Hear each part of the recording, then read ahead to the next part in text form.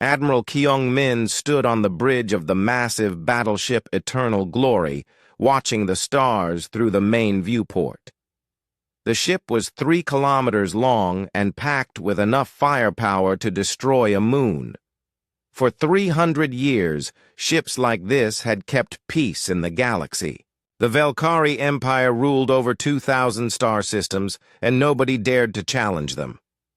"Sir, we're getting reports from the Outer Rim," said Captain Hee-jin, walking up to the Admiral with a data pad in her hands. She looked worried, which was unusual for someone who had fought in 12 major battles. Kyung-min took the pad and read the report. 3 mining stations had gone dark in the past month. All of them were in the same sector, far from any major trade routes. "Pirates again?" he asked. "That's what Command thinks, sir. But the attacks are different this time.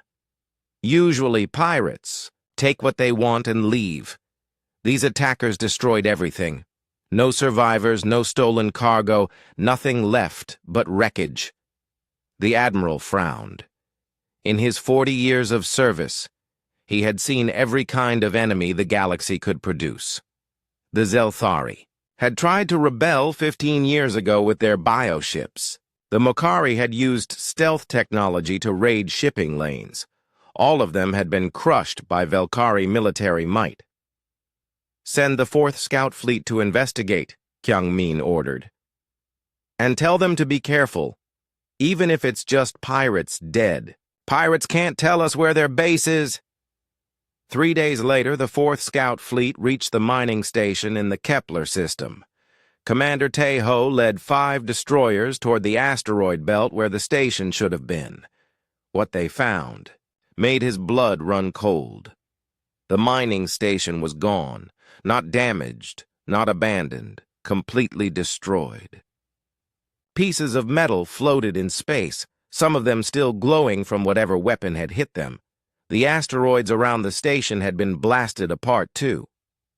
"Sir, I'm reading weapon signatures," reported Lieutenant Do-hyun from the sensor station. "But they're strange. These look like kinetic impacts, not energy weapons." Tae-ho studied the readings on his screen. "Kinetic weapons? Who uses those anymore? Energy shields stop them easily." "That's just it, sir. The impacts went right through the station's shields. Whatever hit this place was moving so fast that the shields didn't even slow it down." Commander Tae-ho felt a chill run down his spine. For the past 3 centuries, every space battle had been fought with energy weapons. Plasma cannons, particle beams, fusion missiles. Energy shields could stop all of those. But kinetic weapons were old technology, abandoned because they were too slow and used too much energy to accelerate.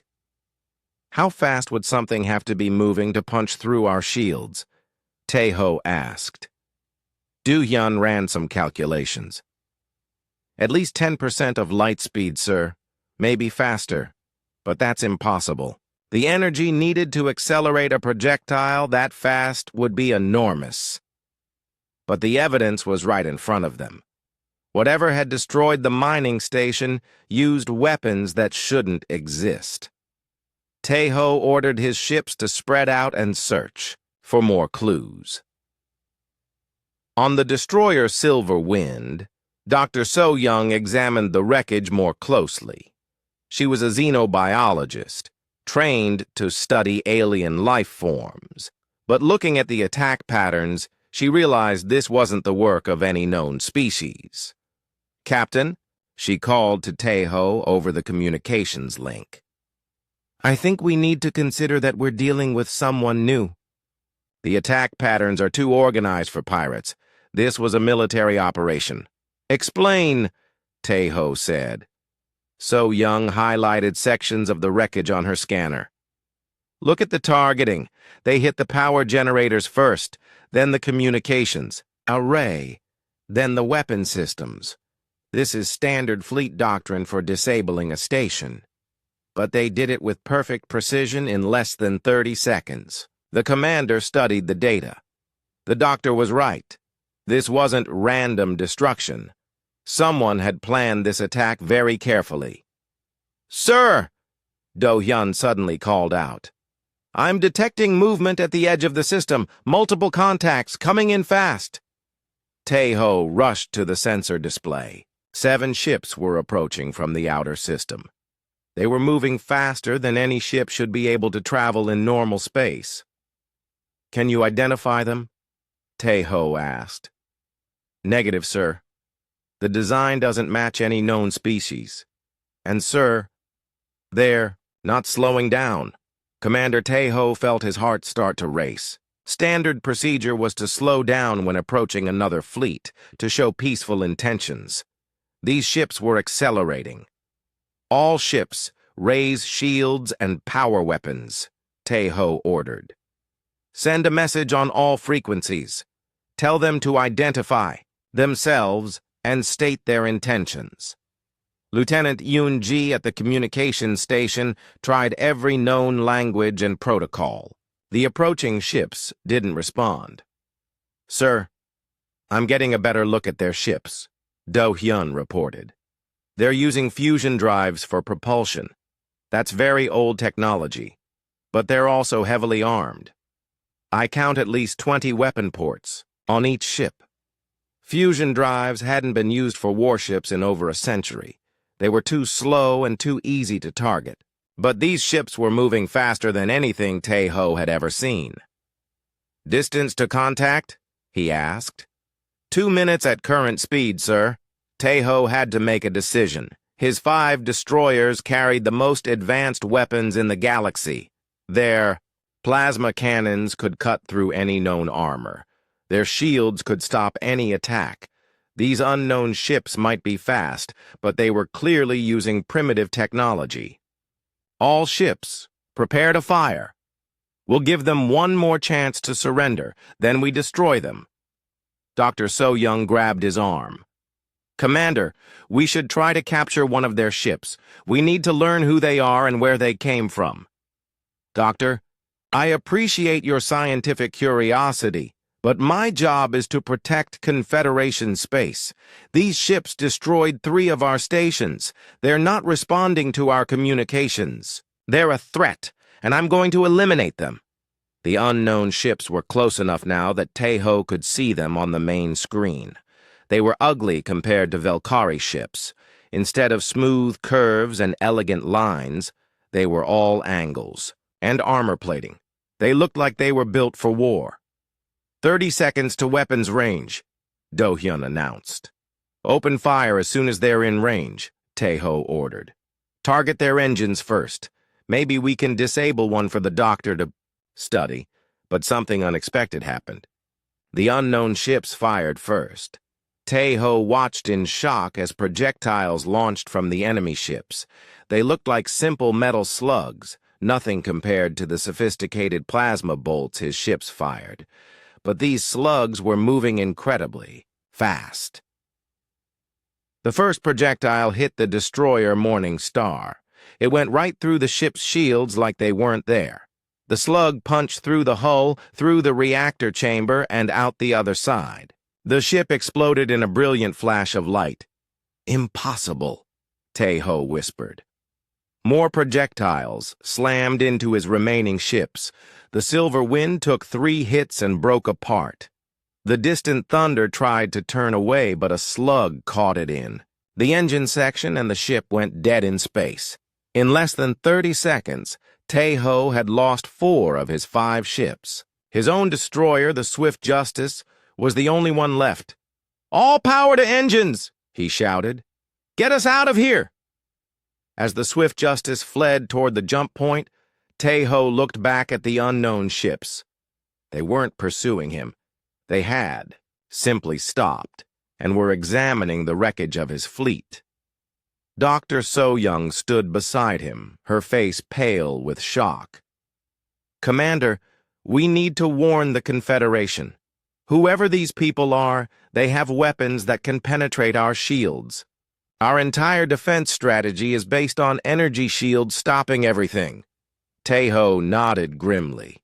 For 300 years, the Valkyrie Empire had been unbeatable, But something new had entered their galaxy, something that fought with weapons thought to be obsolete, something that had just destroyed 4 of his best ships without taking a single hit in return. As the Swift Justice jumped to hyperspace, Tae-ho began composing his report. Admiral Kyung-min wasn't going to believe what had happened. The Confederation's military leaders would probably think he was lying or had suffered some kind of battle stress, but the evidence was clear. The age of Velkari supremacy might be coming to an end. Captain Tae-ho stood in the conference room aboard Admiral Kyung-min's flagship, watching the faces of the Confederation's top military leaders. His report had reached them 3 days ago, but he could see they still didn't believe him. 4. Destroyers destroyed by kinetic weapons. General Do-hyun shook his head. Captain, our shields can stop a meteor traveling at full orbital velocity. These projectiles you describe would need impossible amounts of energy to penetrate them. I saw it happen, sir, Tae-ho replied firmly. The slugs went through our shields like they weren't there. We lost 4 good ships and over 2,000 crew members. Admiral Kyung-min studied the battle recordings on his datapad. The images were grainy and distorted, but they clearly showed the enemy projectiles punching through Confederation ships. The recordings could be faked, suggested Colonel Subin from Intelligence. Pirates have used false battle data before to make themselves seem more dangerous than they are. Dr. So Young stepped forward. She had been quiet during most of the meeting, but now her patience was running out. With respect, Colonel, I've analyzed the wreckage fragments we recovered. The metal shows stress patterns consistent with hypervelocity impact. These projectiles were traveling at relativistic speeds. Relativistic? General Do-hyun looked confused. You mean near light speed? That's impossible. The energy requirements alone would bankrupt a dozen star systems. Unless, Dr. So Young continued, whoever built these weapons has access to power sources we don't understand. Or they found a way to make kinetic weapons far more efficient than our models predict. Admiral Kyung-min set down his datapad and looked around the room. Regardless of how they did it, we have a new threat in Confederation space. These unknown ships have now destroyed 6 of our installations and 1 scout fleet. We need to find out who they are and what they want. Sir, Captain Hye-jin spoke up from her position at the tactical display. We've been tracking their movement, patterns. They seem to be targeting mining operations and isolated outposts. Nothing with heavy defenses. They're testing us, realized Colonel Subin, learning our response times, studying our tactics. This is what we would do before a major offensive. The Admiral nodded grimly. Which means they'll get bolder. Tae-ho, I'm giving you command of a larger fleet. 12 destroyers and 2 heavy cruisers. Find these ships and make contact. If they won't talk, destroy them. Captain Tae-ho felt his stomach tighten. His last encounter with the unknown ships had been a disaster. But he was a Confederation officer, and he had his orders. Sir, what are our rules of engagement? Try to communicate first.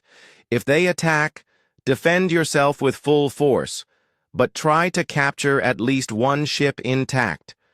We need to know where they came from and what technology they're using.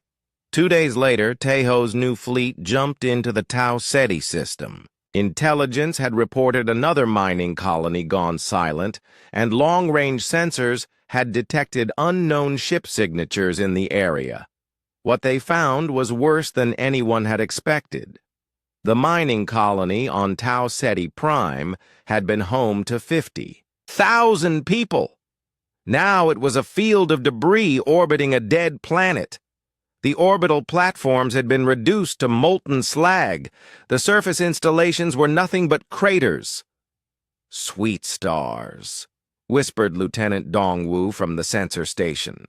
There's nothing left. They didn't just destroy the facilities, they glassed the entire planet. Dr. So Young, who had volunteered to join the mission, studied the readings from her science station.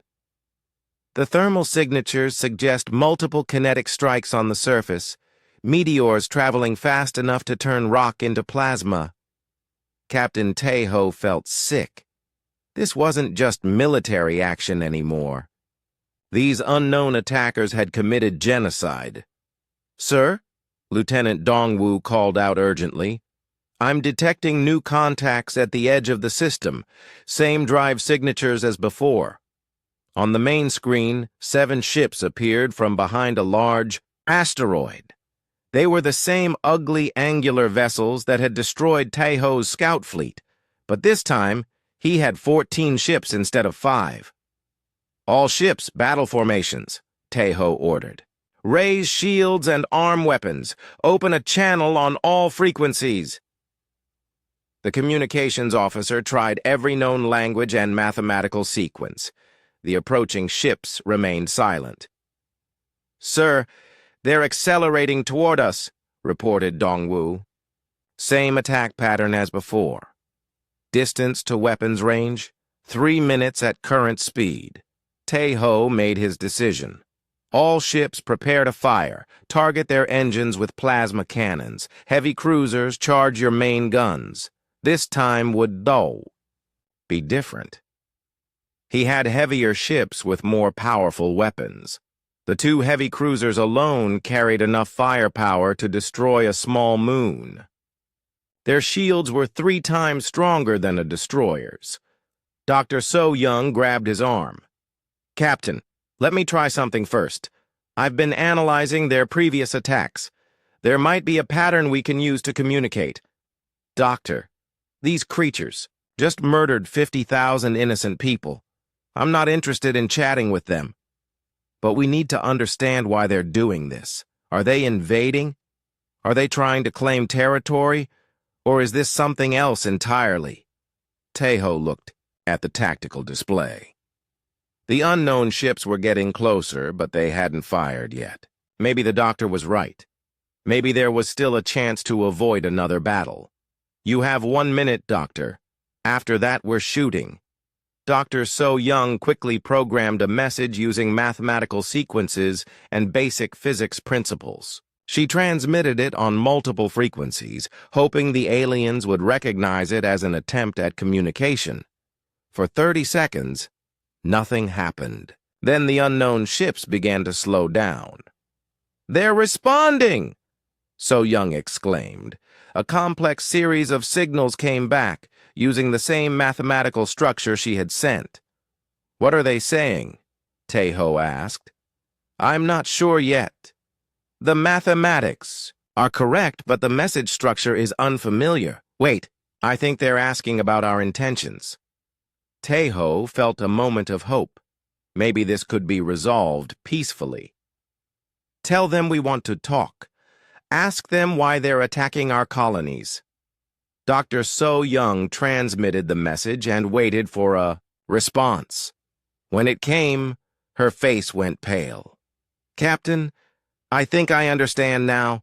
They're not asking about our intentions toward them. They're asking about our intentions toward something else. Someone they call the oppressed ones." "What oppressed ones? What are they talking about?" Before So Young could answer, alarms began. Blaring throughout the ship, the unknown vessels had suddenly accelerated to attack speed. "Sir, they're firing!" Lieutenant Dongwu shouted. The first salvo of kinetic rounds slammed into the Confederation fleet. Just like before, the projectiles went straight through the energy shields. The destroyer Iron Fist took 3 hits and exploded. The Starhammer lost its entire front section. "Return fire," Taeho ordered. "All ships, concentrate on the lead vessel." Plasma bolts and particle beams lanced out from the Confederation ships, but the unknown vessels were moving too fast and changing direction too quickly. Most of the shots missed completely. The heavy cruiser Galactic Pride fired its main gun, a massive particle beam that could punch through a battleship's armor. The beam hit one of the unknown ships directly. For a moment, Tejo thought they had scored a kill, but when the energy discharge faded, the enemy ship was still there. Its hull was scarred and glowing, but it was still fighting. "Impossible," breathed Captain Hygiene. "That beam should have vaporized them." More kinetic rounds smashed into the Confederation fleet. The heavy cruiser Eternal Vigilance took a direct hit to its reactor core and went up in a nuclear fireball. 3 more destroyers were crippled or destroyed. Tejo realized with growing horror that he was about to lose another fleet. These unknown attackers weren't just using advanced kinetic weapons. Their ships were built to withstand punishment that would destroy any Confederation vessel. "All remaining ships, retreat to jump point," he ordered. "Emergency withdrawal." As the surviving ships fled, Dr. So-Young continued analyzing the alien transmissions. "Captain, I think I know what they meant about the oppressed ones. I've been studying the locations of their attacks. Every target was either a mining operation using slave labor or a penal colony." "You mean they're trying to free our prisoners and workers?" "I think so. But they don't seem to distinguish between willing workers and actual slaves. To them, anyone working for the Confederation might be oppressed." Tejo's remaining ships jumped to hyperspace, leaving behind another field of wreckage. 7 Confederation ships destroyed, thousands more crew members dead, and they still didn't know who these attackers were or where they came from. But Dr. So-Young's analysis suggested something even more disturbing. These aliens weren't just attacking random targets. They had a specific goal: to free what they saw as slaves and prisoners of the Confederation. The problem was, from their perspective, that included almost everyone in Confederation space. Admiral Dongwu of the United Earth Navy stood on the bridge of the UEN battleship Incheon's Fury, watching the swirling colors of hyperspace through the main viewport. Behind him, 47 other human warships prepared to drop back into normal space. This would be humanity's first open confrontation with the Galactic Confederation. "Admiral, we're approaching the target system," reported Captain Subin from the navigation station. "All ships report ready for combat."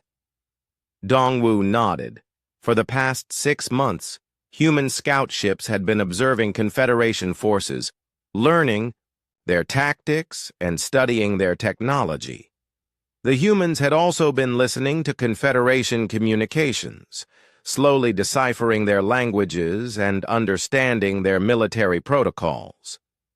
What they learned had filled Earth's military leaders with disgust.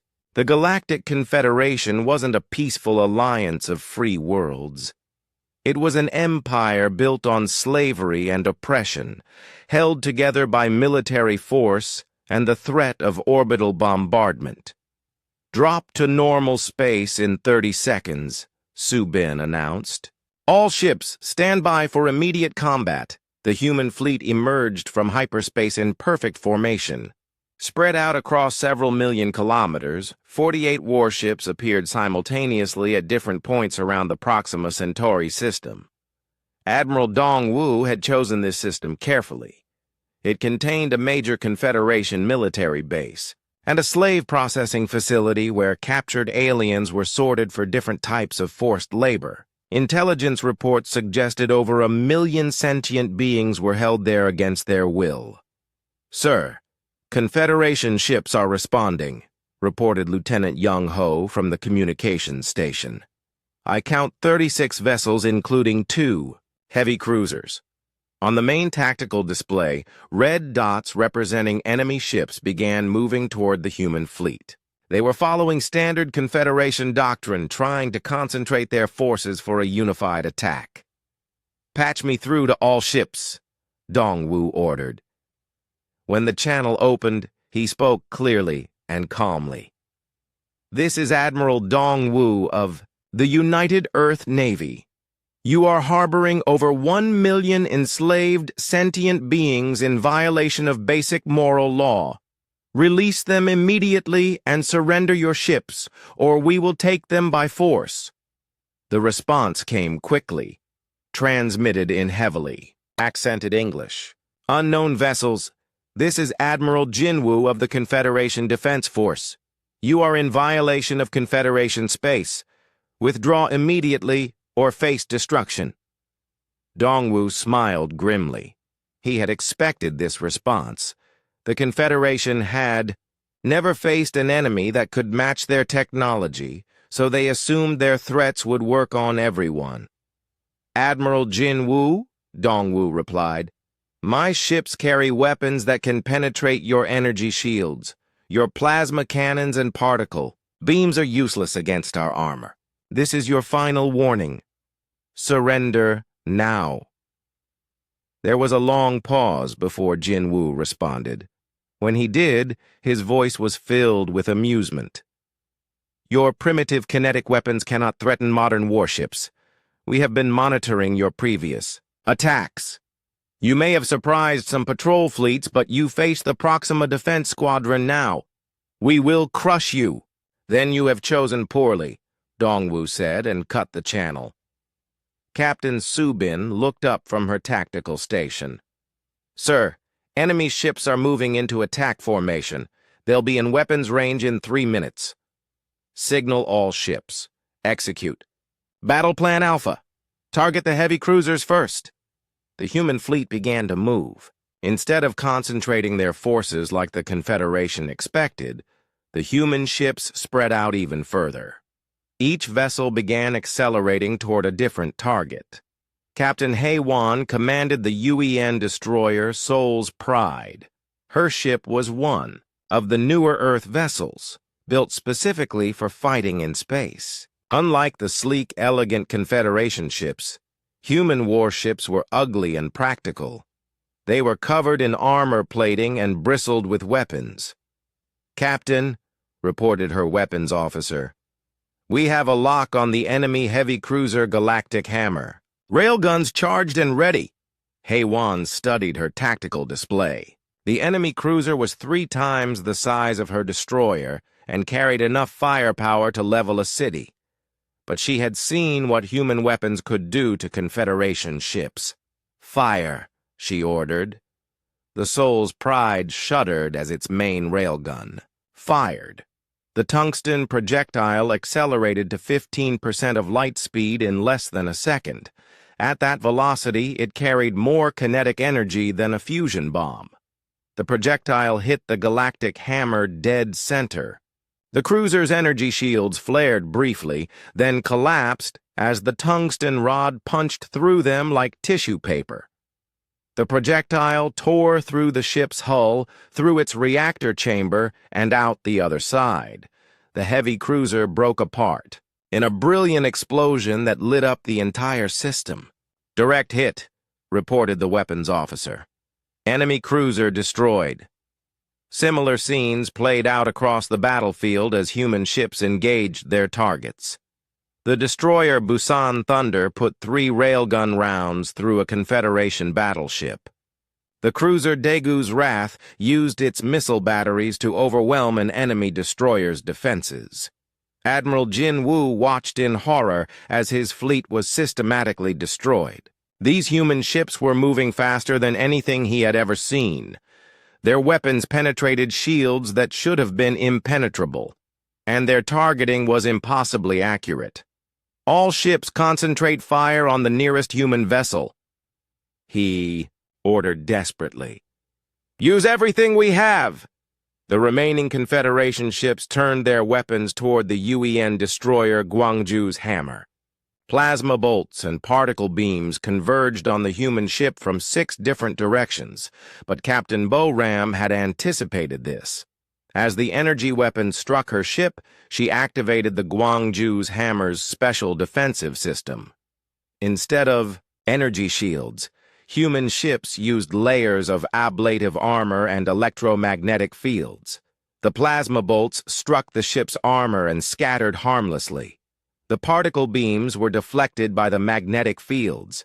The Guangzhou's hammer took some damage, but it kept fighting. "Return fire," Bo-Ram ordered. "Target the lead destroyer." The human ship's railguns spoke again, sending tungsten projectiles into the Confederation fleet. 2 enemy destroyers exploded. A third lost its engines and went dead in space. Admiral Jinwu realized his fleet was doomed.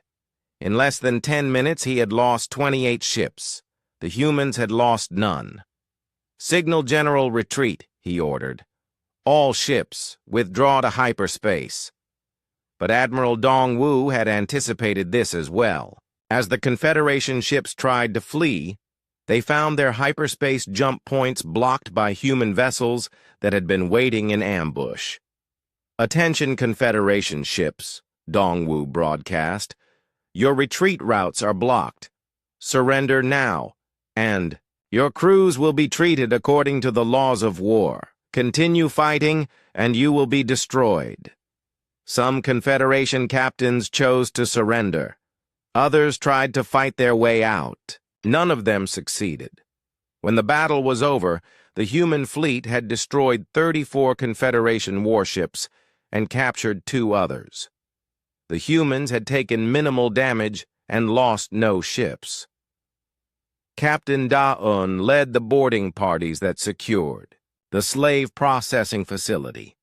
What they found there made even hardened Earth soldiers sick. Over 1 million sentient beings from dozens of species crammed into holding cells barely large enough for animals. The freed aliens looked at their human rescuers with a mixture of fear and hope. They had never seen beings like humans before. Bipedal mammals with strange, soft skin and primitive-looking equipment.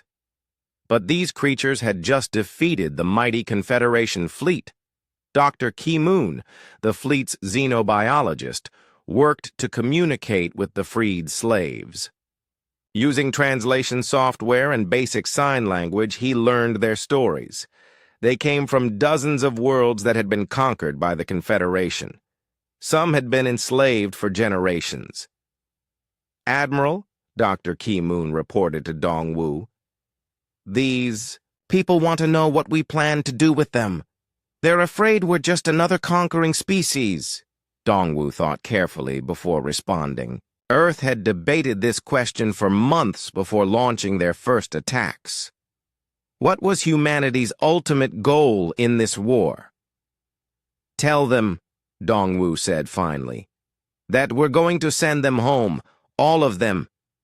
And we're going to make sure the Confederation never enslaves anyone again." As news of the Battle of Proxima spread through Confederation space, panic began to set in. For 3 centuries, no force had been able to challenge Veljari military might. Energy shields and plasma weapons had made their fleets invincible. But these humans fought with weapons that shouldn't work and tactics that defied conventional military wisdom. They showed no mercy to oppressors, but treated prisoners and civilians with unexpected kindness. Most disturbing of all, intelligence reports suggested this was just the beginning. Earth apparently had hundreds more ships and was building new ones constantly.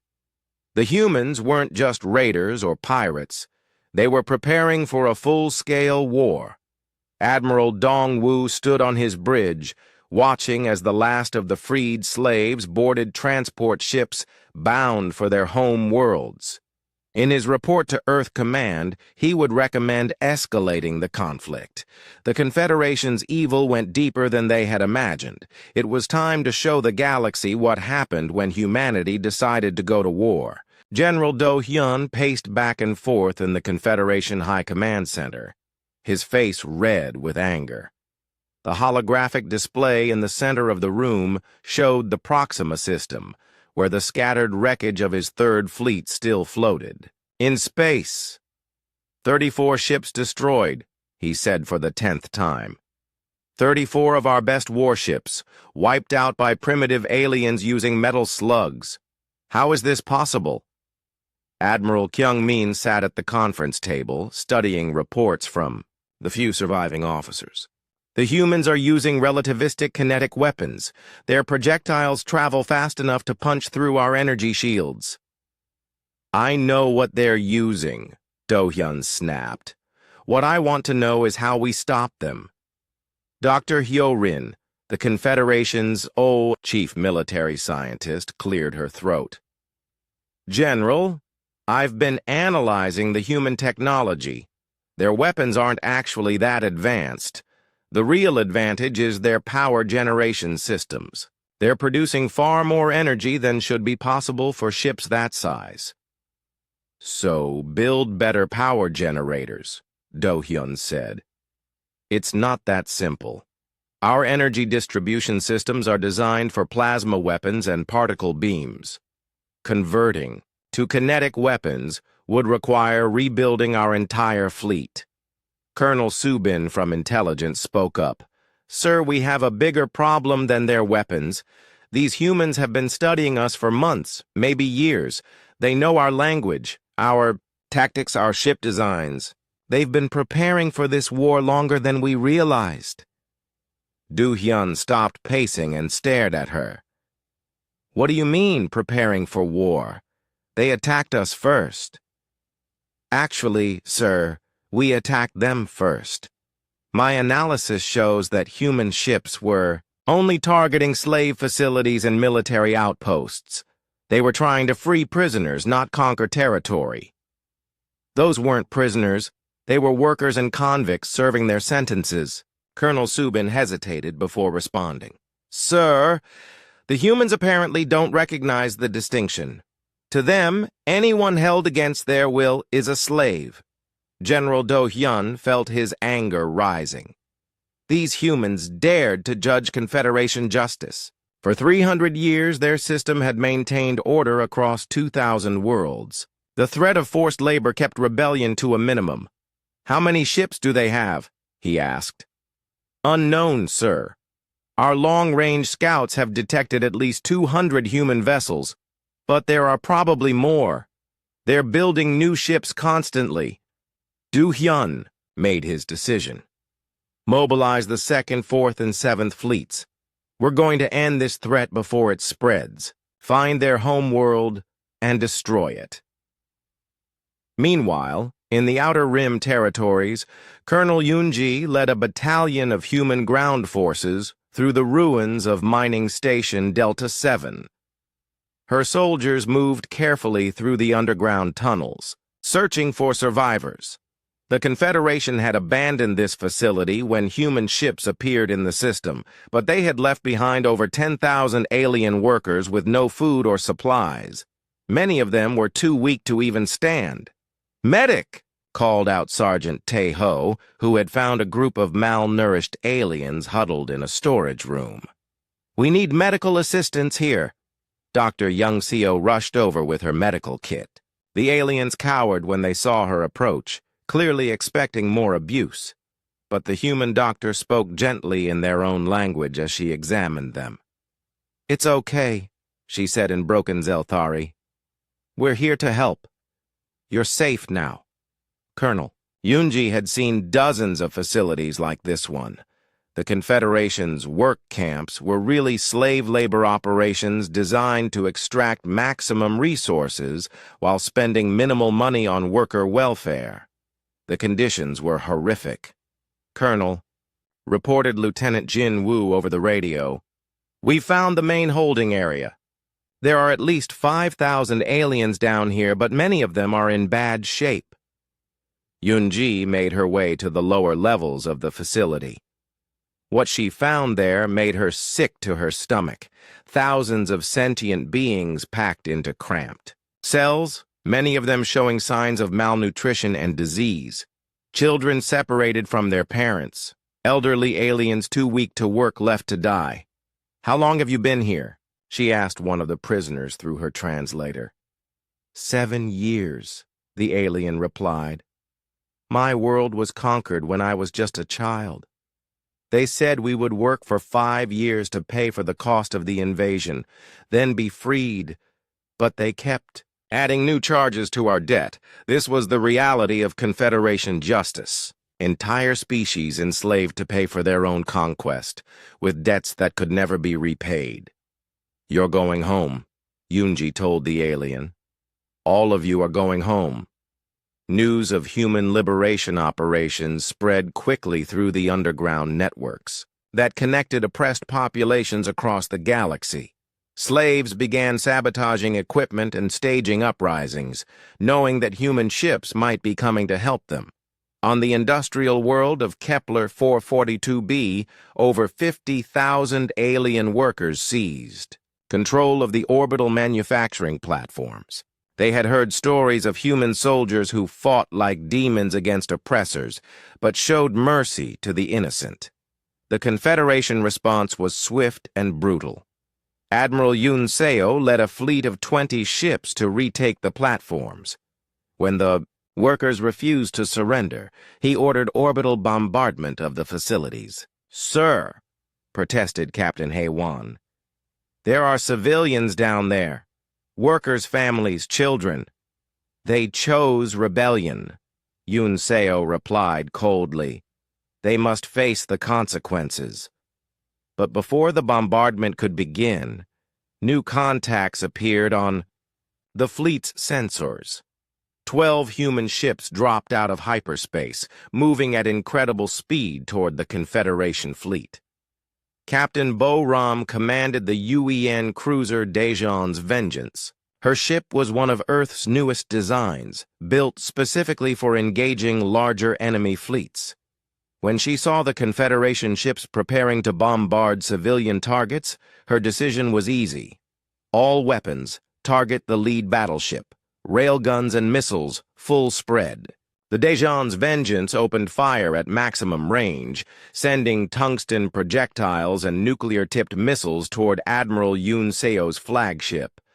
The other human ships followed suit, concentrating their fire on the largest Confederation vessels. Admiral Yun Seo watched in shock as his flagship's shields collapsed under the kinetic bombardment.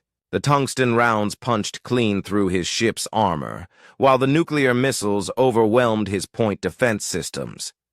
"Return fire," he ordered. "All ships, engage the human fleet." But the Confederation ships were positioned for orbital bombardment, not fleet combat. Their formation was spread out and vulnerable. The human ships moved between them like sharks among minnows, picking off targets one by one. The battle lasted only 20 minutes. When it was over, Admiral Yun Seo's entire fleet had been destroyed or captured. The human ships had taken some damage, but none were lost. Captain Bo Ram led the boarding party that secured Admiral Yun Seo's crippled flagship. When they reached the bridge, they found the Admiral wounded but alive. "I surrender," Yun Seo said in broken English. "My ships are destroyed. I claim treatment under the laws of war." Bo Ram studied the alien officer. He was tall and slender, with pale blue skin and large black eyes. Despite being an enemy, he had shown courage by staying on his bridge while his ship was being destroyed. "You'll be treated fairly," she promised. "But first, I want to know why you were about to bombard civilians." Yun Seo looked confused. "They were rebels. Rebels must be punished, or the rebellion spreads." "They were slaves fighting for their freedom," Bo Ram corrected. "In human culture, that makes them heroes." As word of the Battle of Kepler 442b spread, more slave populations began to revolt. They had learned that human ships would come to their aid if they could hold out long enough. The Confederation found itself fighting a two-front war, against human fleets in space and against rebellions on their own worlds. General Do Hyun realized that his strategy of massive retaliation was backfiring. Every Confederation defeat encouraged more uprisings.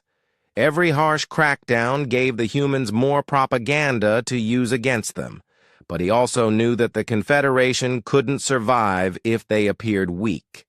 Their entire empire was built on the threat of overwhelming force. If subject species stopped fearing them, the empire would collapse. "Send word to all fleet commanders," he ordered. "We're implementing the final solution protocol. Any world that rebels will be completely sterilized. No survivors, no witnesses." Colonel Subin looked alarmed. "Sir, that's genocide. If word gets out, it will turn every neutral species against us." "Then we'll make sure word doesn't get out," Do-hyun replied grimly. "We're going to end this human threat permanently, no matter what it costs." Unknown to the Confederation, human intelligence officers had been monitoring their communications. When they learned of the final solution protocol, Earth's leaders realized that the war had entered a new phase. The Confederation was planning to commit mass genocide rather than admit defeat. It was time for humanity to show the galaxy what they were truly capable of when fighting for the freedom of others. Admiral Dongwu received new orders from Earth Command. Find the Confederation's home world and prepare for a final confrontation. The time for limited engagements was over. This was now a war for the future of galactic civilization. Admiral Yoon Seo commanded the largest fleet in Confederation history. 300 warships spread across the Proxima Station system, every major vessel the Empire could spare. The massive fleet included 12 dreadnoughts, each one capable of destroying entire cities with a single salvo. Standing on the bridge of his flagship Eternal Dominion, Yoon Seo studied the tactical display showing his forces. After weeks of humiliating defeats, the Confederation was finally ready to crush these upstart humans with overwhelming force.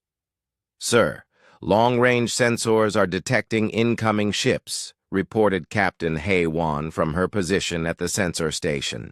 64 contacts approaching from multiple vectors. Yoon Seo smiled grimly. Only 64 human ships against his 300. This would be the end of their rebellion. "Signal all ships to prepare for battle," he ordered. "Today we restore the honor of the Confederation." The human fleet dropped out of hyperspace in perfect formation. Admiral Dongwu commanded from the UEN battleship Seoul's Fury, one of Earth's newest and most powerful warships. Around him, 63 other human vessels took up attack positions. "Admiral," reported Captain Subin, "Confederation fleet is moving to intercept. I count over 300 ships, including heavy dreadnoughts." Dongwu nodded. Earth Command had known this battle would come eventually. The Confederation couldn't allow human victories to continue without making a massive response. This would determine the future of the war. "Signal all ships," Dongwu ordered. "Execute Battle Plan Omega. Target priority is the dreadnoughts." Lieutenant Commander Jin Woo piloted one of humanity's most unusual warships, the Busan Hammer. Originally built as an asteroid mining vessel, it had been converted into a specialized assault ship. Its cargo holds were filled with nuclear warheads, and its mining equipment had been replaced with the most powerful engines Earth could build. "Jin Woo," Admiral Dongwu's voice came over the communications channel. "You know what you need to do." "Yes, sir," Jin Woo replied. "The Busan Hammer is ready for final approach." The battle began with long-range exchanges between the two fleets.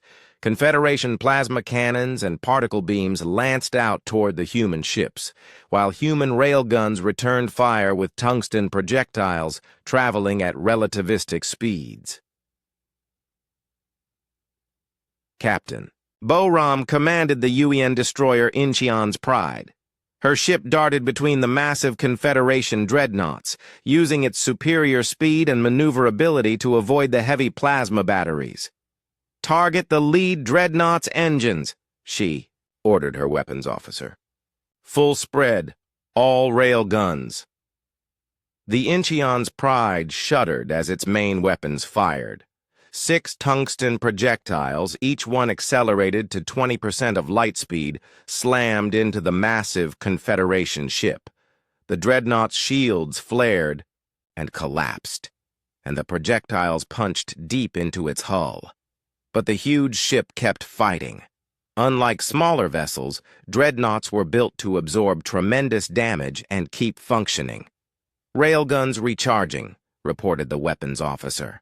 30 seconds to next salvo." "We don't have 30 seconds," Bo-Ram replied, watching as the dreadnought's main guns swiveled toward her ship. "Evasive maneuvers, maximum acceleration." Across the battlefield, similar scenes played out as human ships used their speed and agility to fight much larger opponents. The destroyer Gwangju's Thunder crippled a Confederation cruiser before being forced to retreat under heavy fire. The cruiser Daegu's Wrath broke through the enemy formation and began attacking their support ships. Admiral Yoon Seo watched the battle with growing frustration. His ships outnumbered the humans 5-1, but the human vessels were proving impossible to pin down. They moved faster than anything in the Confederation fleet, and their weapons hit harder than physics said they should. "Concentrate all fire on the nearest human ship," he ordered. "Use everything we have." 50 Confederation vessels turned their weapons toward the UEN cruiser Busan's Fury. The massive barrage of plasma bolts and particle beams converged on the human ship from all directions. Captain Young-ho saw the attack coming and activated his ship's defensive systems. Layers of ablative armor absorbed the plasma strikes, while electromagnetic fields deflected the particle beams. But there was too much incoming fire. The Busan's Fury took critical damage to its engines and weapons. Dead in space, it became an easy target for the Confederation fleet. "All crew to escape pods," Young-ho ordered. "Abandon ship." But before the Confederation ships could deliver the killing blow, Lieutenant Commander Jin Woo made his move. The Busan hammer had been circling the edge of the battle, ignored by most Confederation ships because it looked like a harmless cargo vessel. Now it accelerated directly toward Admiral Yoon Seo's flagship, its engines producing more thrust than should have been possible. "Sir, that mining ship is approaching our position," Captain Haewon reported. "Should we target it?" Yoon Seo barely glanced at the tactical display. "One cargo ship? Let the point defense systems handle it." But the Busan hammer wasn't just any cargo ship. Jin Woo had disabled all safety systems and pushed the engines far beyond their design limits. The ship was accelerating at over 50 gravities, fast enough to crush any normal crew. Jin Woo felt the acceleration trying to tear him apart, despite his reinforced acceleration couch. Blood vessels burst in his eyes, and he could taste blood in his mouth. But he held his course, aimed directly at the Eternal Dominion's bridge. "This is for everyone you enslaved," he whispered, and armed the nuclear warheads in his cargo hold. The Busan hammer struck Admiral Yoon Seo's flagship at nearly 10% of light speed. The kinetic impact alone would have been devastating, but the nuclear warheads detonated a fraction of a second later. The explosion lit up the entire system. The Eternal Dominion, all 3 kilometers of it, simply vanished in a ball of nuclear fire. The blast wave destroyed 2 nearby cruisers and damaged a dozen other ships. "My God," whispered Captain Subin from the bridge of Seoul's Fury. "Jin Woo actually did it." With their flagship destroyed and their admiral dead, the Confederation fleet began to lose cohesion.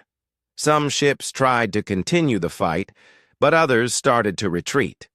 The careful formation that had given them their advantage began to fall. Apart, Admiral Dong-Woo saw the opportunity and seized it. "All ships, general advance. Target the ships that are trying to retreat. Don't let them regroup." The human fleet surged forward, no longer trying to avoid the Confederation's superior numbers. Human ships carved through the enemy formation like knives, their railguns and missiles finding targets at point-blank range. Captain Da-Un commanded the UEN destroyer Soul's Vengeance. Her ship had taken heavy damage earlier in the battle, but she pressed her attack against a Confederation heavy cruiser that was trying to escape. "Sir, our forward armor is at 15%, reported her damage control officer. "One more hit from those plasma cannons and we're done." "Then we better make sure they don't get another shot," Da-Un replied. "All power to weapons. Ram attack, full acceleration." The Soul's Vengeance charged directly at the enemy cruiser, firing everything it had. Railgun rounds and missiles slammed into the Confederation ship's hull. At the last second, Da-Un's ship pulled away, its armor scarred and glowing but still intact. The enemy cruiser wasn't so lucky. With its shields down and armor breached, it broke apart under the stress of its own maneuvers. The battle raged for 6 hours. When it finally ended, the Confederation fleet had been completely destroyed. 280 ships eliminated, with only a handful escaping to carry word of the defeat back to Confederation space.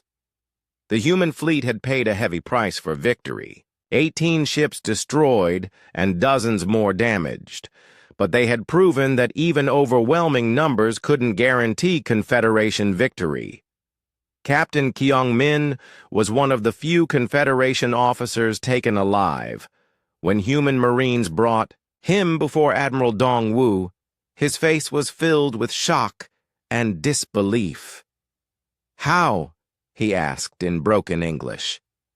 "How did you defeat 300 ships with 60? Dong-Wu studied the alien officer. "Because we weren't fighting for conquest or glory. We were fighting for the freedom of every slave in your empire. When you fight for something greater than yourself, you find strength you didn't know you had." As news of the Battle of Proxima Station spread throughout the galaxy, the mood in Confederation space turned from anger to panic. Their largest fleet had been destroyed by a smaller human force. If 300 ships couldn't stop them, what could? Slave rebellions erupted on dozens of worlds as oppressed populations learned that the Confederation military could be beaten. The empire that had seemed invincible just months before was now crumbling from within. General Do-Hyun sat in his command center, staring at reports of defeat after defeat. The final solution protocol had been a disaster.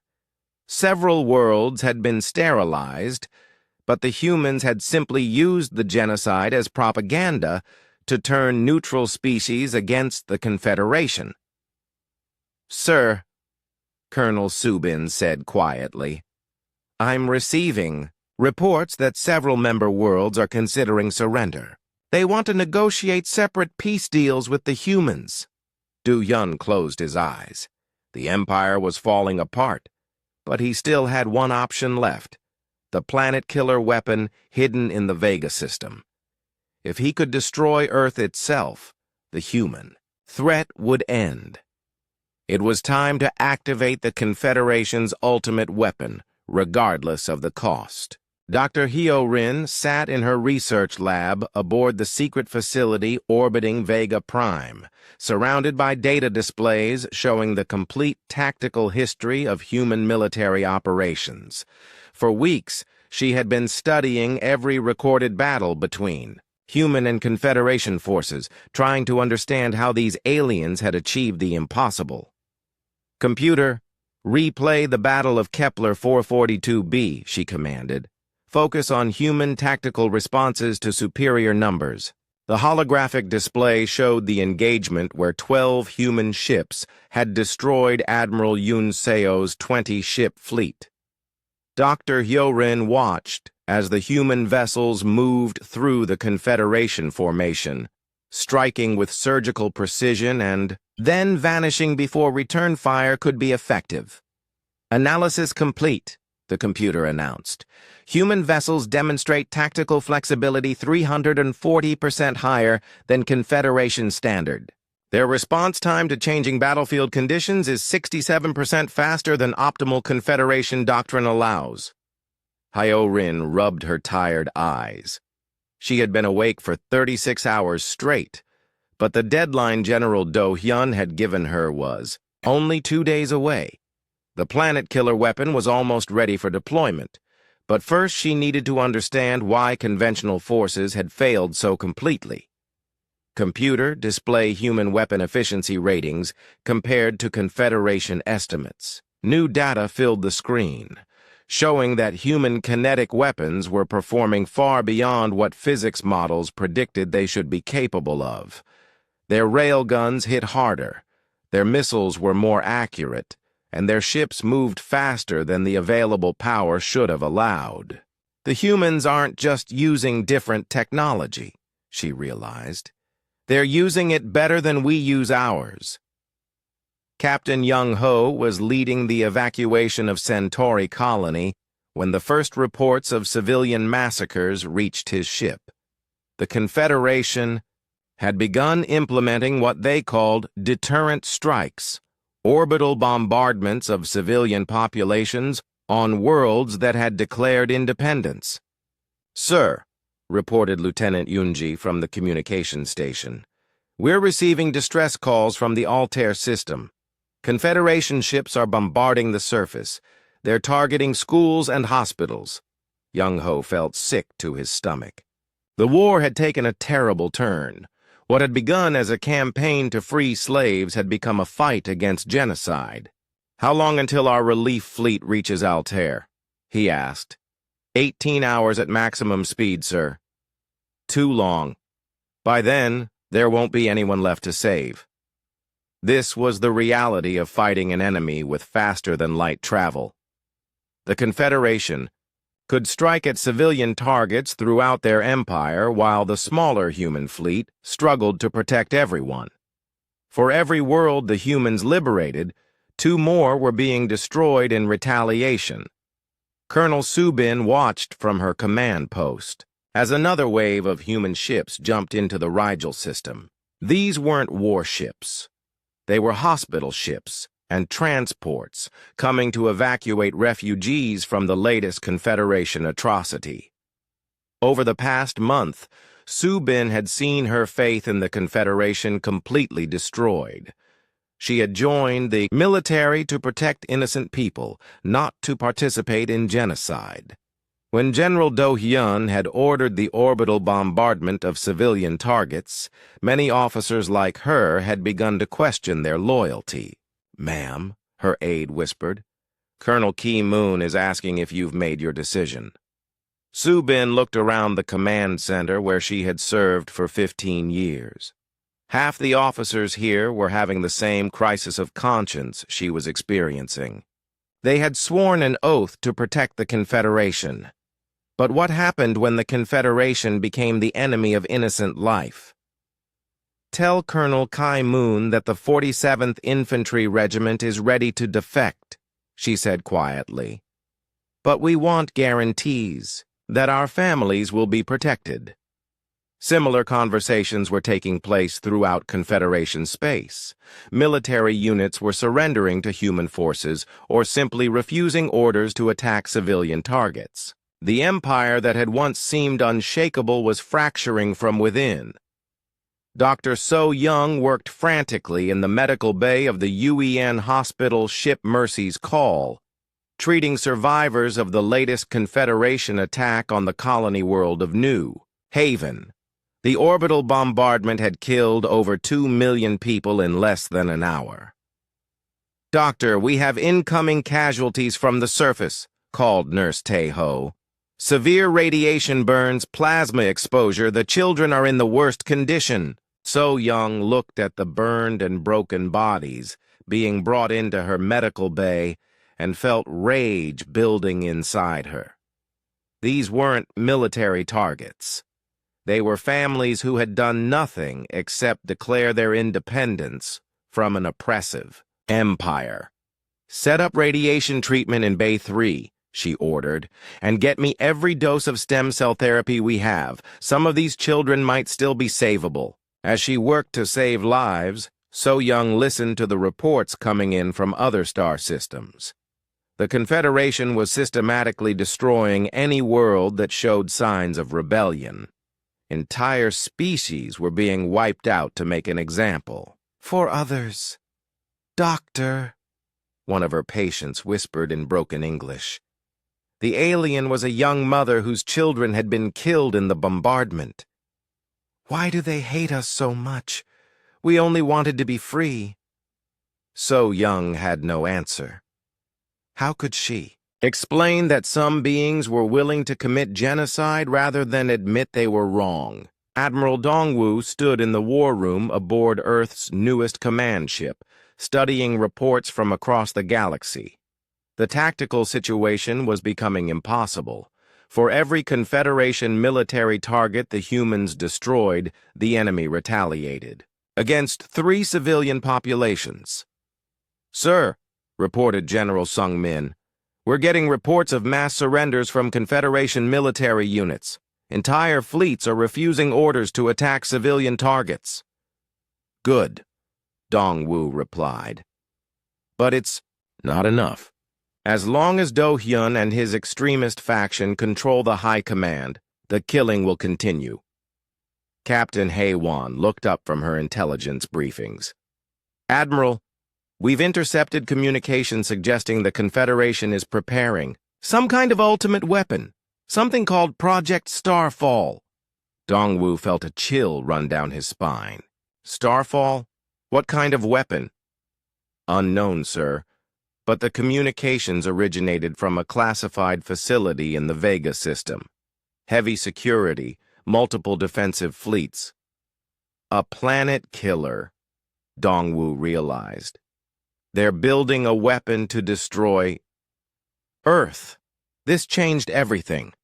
The humans had been fighting a limited war, trying to minimize civilian casualties and free enslaved populations. But if the Confederation was preparing to destroy Earth itself, humanity would have to escalate. Their response: "Send word to Earth Command," Dongwu ordered. "Tell them we need Operation Prometheus authorized immediately." General Do Hyun stood before the completed planet-killer weapon, marveling at its terrible beauty. The device was the size of a small moon, covered in exotic matter generators and quantum field projectors. When fired, it would collapse the target star's nuclear fusion processes, causing it to implode and take its entire solar system with it. "How long until it's ready to fire?" he asked Dr. Hyo Rin. 6 hours for final calibration, sir. Then we can target the Sol system and end this war permanently." Do Hyun nodded. The weapon had cost the lives of 3 billion workers during its Albi construction, but it would be worth it to preserve the Confederation. Once Earth was destroyed, the human fleets would have no home to return to. They would wither and die in deep space. "Sir," Colonel Jin Woo interrupted, "I'm receiving reports of human ship movements throughout our space. They seem to be converging on our position." Do Hyun wasn't worried. The Vega system was protected by the largest defensive fleet in Confederation space. 200 ships guarded the planet killer, with more arriving every hour. "Let them come," he said. "They'll arrive just in time to watch their homeworld die." But unknown to General Do Hyun, the approaching human fleet was unlike anything he had faced before. Earth had activated every military unit, every ally, every converted merchant ship that could carry weapons. Over 800 vessels were converging on the Vega system from dozens of different directions. Admiral Dongwu commanded this massive armada from the bridge of the UEN dreadnought Earth's Fury. The ship was humanity's newest and most powerful warship, built with technology reverse-engineered from captured Confederation vessels, but improved with human innovation. "Sir," reported Captain Bo Ram, All fleet elements report ready for attack. We have confirmation that the weapon is nearly complete. Dongwu looked at the tactical display showing the Vega system. This would be the largest space battle in galactic history. If they failed, Earth would be destroyed and humanity would be extinct within a generation. "Signal all ships," he ordered. "This is what we came here to do. Today we end the Confederation's ability to commit genocide. Today we win this war." As the massive human fleet prepared to jump into the Vega system, soldiers and sailors throughout the Armada said quiet prayers for their home world. They were about to face the largest enemy fleet ever assembled, protected by orbital fortresses and planetary defense systems. But they had learned something that the Confederation never understood. When fighting for the survival of everyone you love, ordinary people can accomplish impossible things. Fleet Admiral He Wan commanded the largest armada in Confederation history as it approached the Sol system. 5,000 warships, every vessel the Empire could spare, formed a massive wall of death aimed at humanity's home world. This was the Confederation's final gambit. If they could destroy Earth, the human rebellion would collapse. "Admiral," reported Captain Jinwoo from the sensor station, "we're detecting massive defensive installations throughout the Sol system. The humans have turned their entire star system into a fortress." He Wan studied the tactical display with growing amazement. Earth's moon was covered with orbital weapons platforms. The asteroid belt had been converted into a maze of defensive stations. Even the outer planets showed signs of military construction. How long have they been preparing for this? She wondered aloud. The answer was 18 months. Since the first human attacks on Confederation slave facilities, Earth's entire industrial capacity had been converted to military production. Every asteroid mining station had become a weapons factory. Every civilian transport had been armed and armored. General Sung Min coordinated Earth's defense from the command center buried deep beneath the Himalayas. Around him, hundreds of officers monitored defensive systems that spanned the entire solar system. "Sir, enemy fleet is approaching." The Kuiper Belt defensive line, reported Colonel Da-un. "First contact in 30 minutes. Sung Min nodded grimly. The humans had known this day would come eventually. The Confederation couldn't allow Earth to continue existing as a symbol of successful rebellion, but humanity had used their time well. "Activate the outer ring defenses," he ordered, "and send the signal to Admiral Dongwu. It's time for Operation Prometheus." In the asteroid belt, thousands of hidden weapons platforms suddenly came online. What the Confederation had assumed were simple mining asteroids revealed themselves to be massive railgun emplacements, their barrels aimed at the approaching enemy fleet. Admiral He Wan watched in shock as tungsten projectiles began raining down on her forward elements from impossible distances. The humans had somehow managed to build railguns powerful enough to engage targets at the edge of the solar system. "Return fire," she ordered. "All ships maximum range bombardment." Plasma bolts and particle beams lanced out from the Confederation fleet, but most of the shots fell short. The human defensive stations were positioned at the very limit of energy, weapon range, while their kinetic weapons could reach much further. The first wave of Confederation ships took terrible losses as they pushed through the asteroid belt.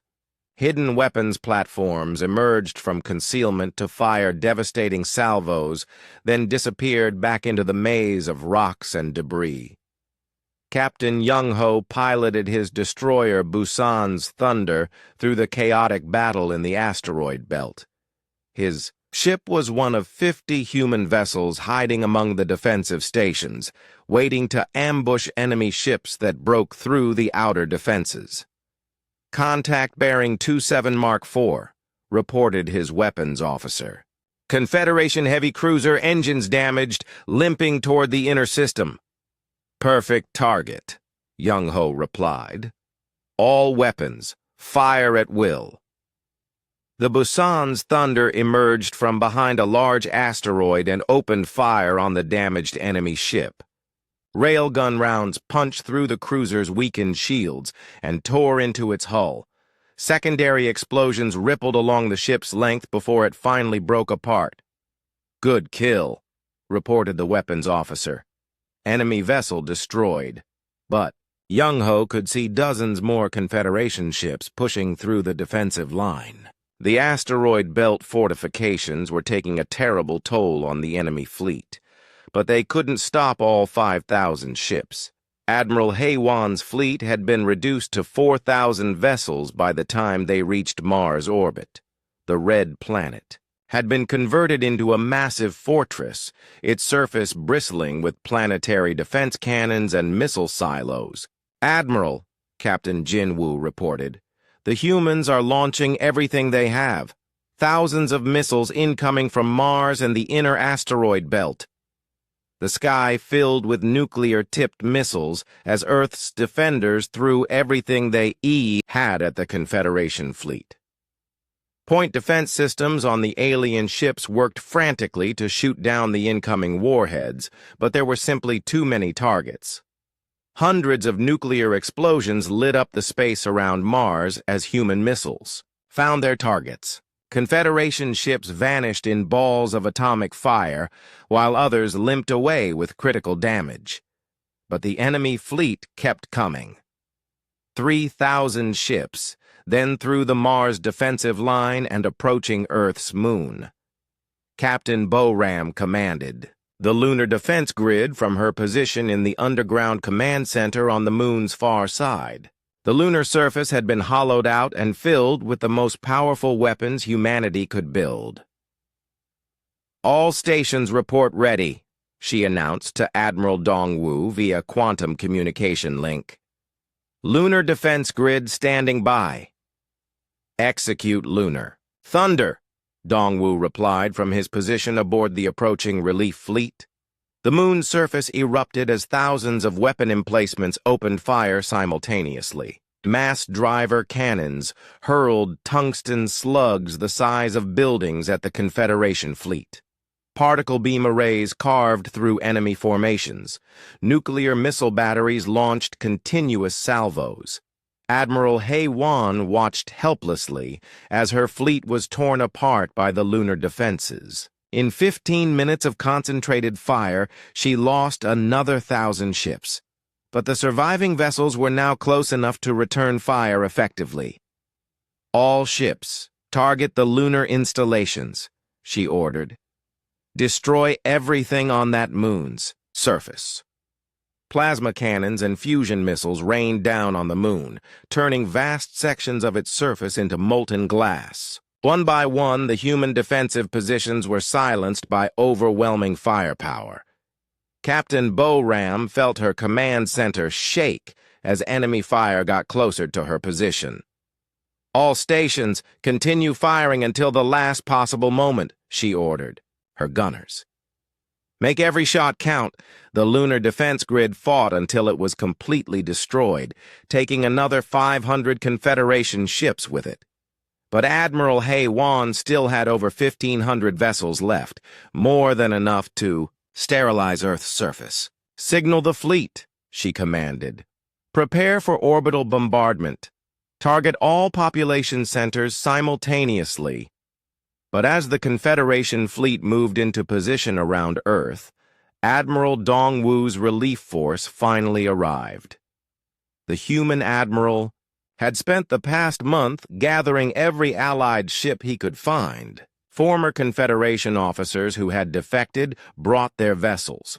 Liberated alien species contributed their few remaining warships. Even converted merchant ships joined the desperate defense of Earth. 800 ships dropped out of hyperspace. Behind the Confederation fleet, their weapons already charged and ready to fire. "All ships, attack pattern Delta," Dongwu ordered. "Protect Earth at all costs." The space around Earth became a chaotic battlefield as 800 human ships clashed with 1,500 Confederation vessels. The humans were outnumbered, but they had the advantage of fighting for their home world. Captain Subin led a squadron of destroyers in a desperate attack on Admiral Haiwan's flagship. Her ship, the Soul's Glory, had taken heavy damage in the approach, but she pressed her attack anyway. "Ma'am, forward shields are down to 10%, reported her damage control officer. "We can't take another hit from those plasma cannons." "Then we better not get hit," Subin replied. "All power to weapons. One final attack run."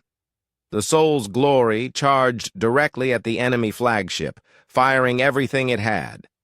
Railgun rounds and missiles slammed into the massive Confederation vessel, but its shields held.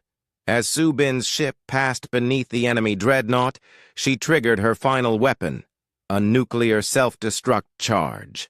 The explosion tore through both ships, destroying the Soul's Glory, but critically damaging Admiral Haiwan's flagship. Similar acts of heroism played out across the battlefield as human crews sacrificed themselves to protect their world. The destroyer Incheon's Fury rammed a Confederation cruiser. The frigate Daejeon's Pride used its damaged reactor as a weapon, causing a fusion explosion that took out 3 enemy ships. Admiral Haiwan, wounded and trapped on her crippled flagship, watched her fleet being systematically destroyed by opponents who refused to give up. She had started the battle with 5,000 ships. Now she had fewer than 300 left, and they were being hunted down one by one. "Admiral," her communications officer called out, "we're receiving surrender demands from the human fleet. They're offering to spare our remaining ships if we withdraw immediately." Haiwan looked at her tactical display. The battle was lost. Her fleet was broken, Earth's defenses had been too strong, and the human relief force had arrived at exactly the right moment. "Signal the fleet," she said quietly. "All ships, cease fire and prepare to surrender." As the guns fell silent around Earth, the cost of the battle became clear. The planet's defenses had been largely destroyed, and millions of people had died in the fighting. But Earth still existed, and humanity had survived its greatest test. Admiral Dongwu stood on the bridge of his flagship, looking at the wreckage floating around humanity's home world. They had won, but the price had been terrible. "Sir," reported Captain Young-ho, "we're receiving surrender offers from Confederation fleets throughout the galaxy. Word of Admiral Haiwan's defeat is spreading quickly." Dongwu nodded.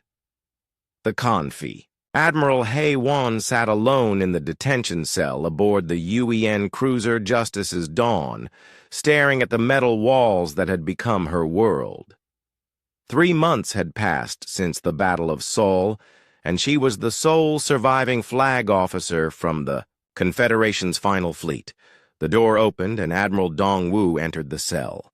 The human admiral looked tired, older than when she had first encountered him during the surrender negotiations.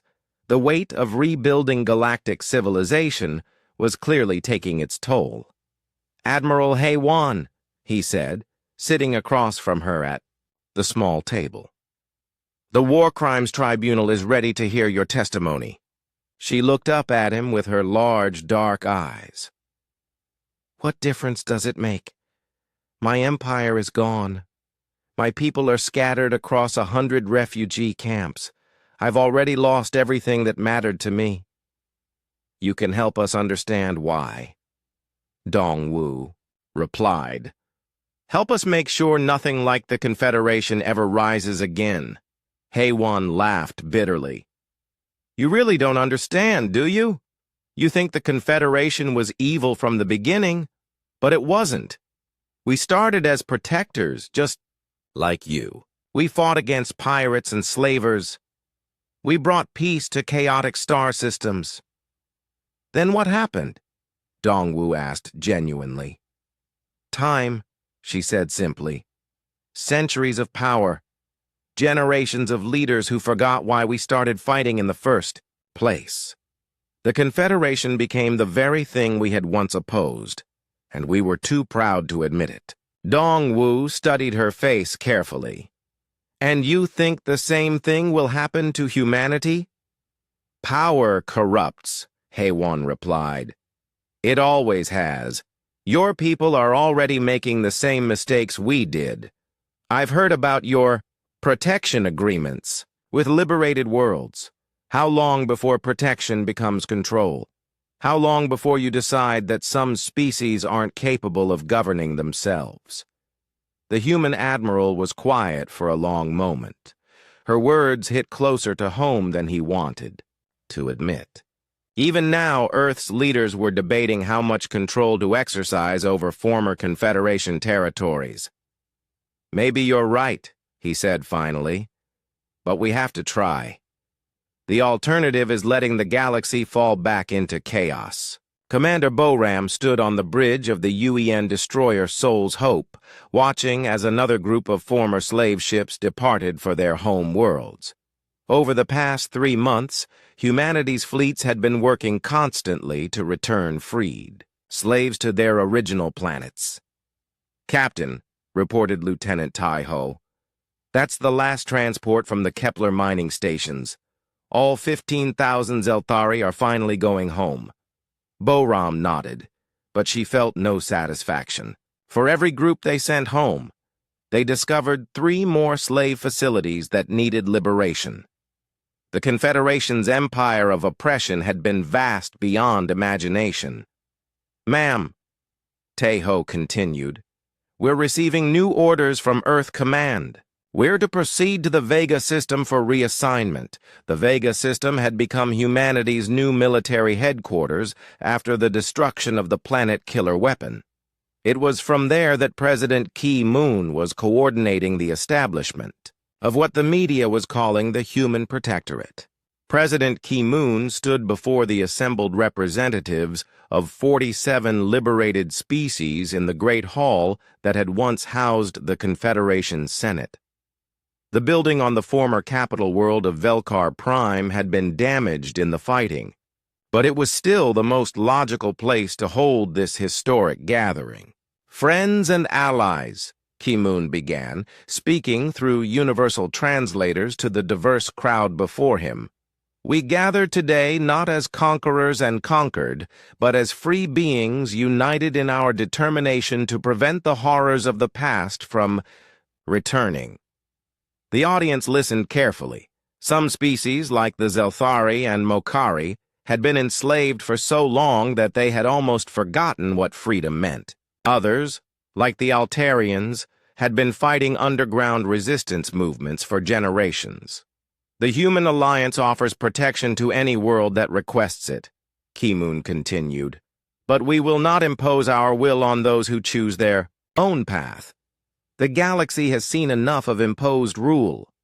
Dr. So Young, now serving as Earth's chief xenobiologist, had been traveling between liberated worlds for months, documenting the extent of Confederation atrocities. What she found was worse than anyone had imagined. On Rigel 4, she discovered genetic modification laboratories where alien children had been experimented on to create more efficient workers. On Centauri Prime, mass graves contained millions of beings who had died in forced labor camps. The systematic nature of the oppression was staggering. The psychological damage will take generations to heal, she reported to Earth Command. Many of these species have been enslaved for so long that they don't know how to govern themselves. They're asking us to make decisions for them. This was the dilemma that kept human leaders awake at night. The liberated species needed help, but helping them risked creating the same dependency relationships that had enabled the Confederation's rise to power. Captain Da-Eun commanded a joint human-alien patrol fleet in the former Confederation border regions. Her ships included vessels from 6 different species, all working together to maintain peace and hunt down war criminals who had fled into deep space. Commander Yunseo, she called to her Zelthari second-in-command. What's the status on those pirate raids in the Tau Ceti sector? We've eliminated 3 raider bases this week, Captain, the tall, blue-skinned alien replied, but more keep appearing. Many former Confederation officers have turned to piracy rather than face war crimes trials. This was another challenge the new Galactic Order faced. Thousands of Confederation military personnel had refused to surrender, instead fleeing to lawless regions where they continued to prey on civilian populations. Any word from our intelligence networks? Da-Un asked. Yes, Captain. We believe General Do-Hyun is organizing the scattered Confederation remnants into a new criminal organization. They call themselves the True Empire and claim they will restore Confederation rule. Da-Un sighed. Some people never learned. Colonel Subin had defected from the Confederation early in the war and now served as a liaison between human forces and former Confederation officers who wanted to help rebuild. It was difficult work, as many species still viewed all former Confederation personnel as war criminals. The integration process is proceeding slowly, she reported to Admiral Dongwu during their weekly briefing.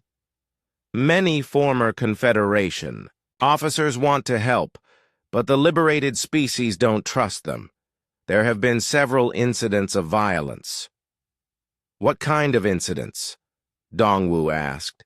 Last week on New Centauri, a mob attacked a group of former Confederation engineers who were trying to repair war damage. 3 aliens were killed before our peacekeepers could intervene. This was the dark side of liberation. Centuries of oppression had created deep hatreds that wouldn't disappear overnight. Some species wanted revenge against anyone who had served the Confederation, regardless of their actual crimes. We need to establish proper courts, Dongwu decided. Real trials, not mob justice. We can't build a better galaxy on a foundation of revenge. Dr. Hyorin worked in her new laboratory on Earth, analyzing Confederation technology to help humanity understand their former enemies better. Much of what she learned was disturbing. The Confederation's entire economic system was based on slave labor, she explained to a gathering of Earth's political leaders. They didn't just use slaves for dangerous work. Their whole civilization was built on the assumption that certain species existed only to serve others. How do we change something that fundamental? Asked Secretary of Defense Jin Woo. Slowly, Hyorin replied, and with a lot of help. We need to teach entire species how to build economies based on free labor and voluntary cooperation. It will take decades, maybe centuries. The room fell quiet as the enormity of the task sank in. Humanity had won the war, but rebuilding galactic civilization would be far more difficult than any military campaign. 6 months after the Battle of Seoul, Admiral Dongwu stood in the same detention cell where he had interviewed Admiral Haewon. But now the roles were reversed. He was the one seeking answers from a former enemy. You were right about some things, he admitted to the Confederation admiral. Power is corrupting us, just like you said it would. Some of our leaders want to establish permanent military governments on liberated worlds. Haewon looked at him with something that might have been sympathy. What will you do about it? Fight it, Dongwu said firmly. The same way we fought. You. Humanity didn't come this far just to become another empire. And if your own government orders you to establish those military governments? Dongwu was quiet for a long moment.